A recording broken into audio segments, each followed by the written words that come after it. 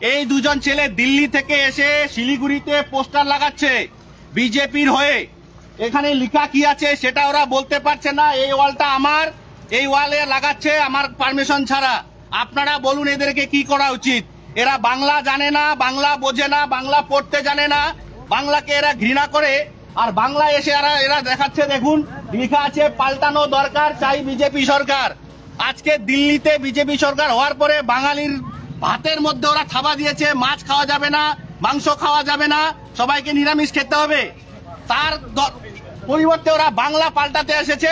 এরা বাংলা বোঝে না, এরা বাংলা বলতে জানে না। আজকে দেখুন আপনারা বাংলা এখানে কি করতে এসেছে এরা। বলুন আপনারা এদের কি করা উচিত? আপনারা বলুন। এই বিজেপির অবস্থা বাংলায়, যে দিল্লি থেকে লোক এনে এদেরকে এখানে পোস্টারিং করতে হচ্ছে। পুরো বাংলায় বিজেপির কর্মী নেই, এটাই হচ্ছে বাস্তব। এরা টাকা দিয়ে আজকে দলটাকে পাল্টাতে চায়, সরকার পাল্টাতে চায়। তারপরে এরা করবে কি? বাঙালির ভাতের থালাতে থাবা দিবে যে মাছ খাওয়া যাবে না, মাংস খাওয়া যাবে না। এই হচ্ছে বিজেপির। কি উঠায় उसको, क्यों बुलाया उसको? कहा गया है? इधर आओ, इधर आओ, इधर आओ। उसको बोलो, बताओ उसको, दिखाओ क्या लिखा है, मेरे को पढ़ के बताना पड़ेगा।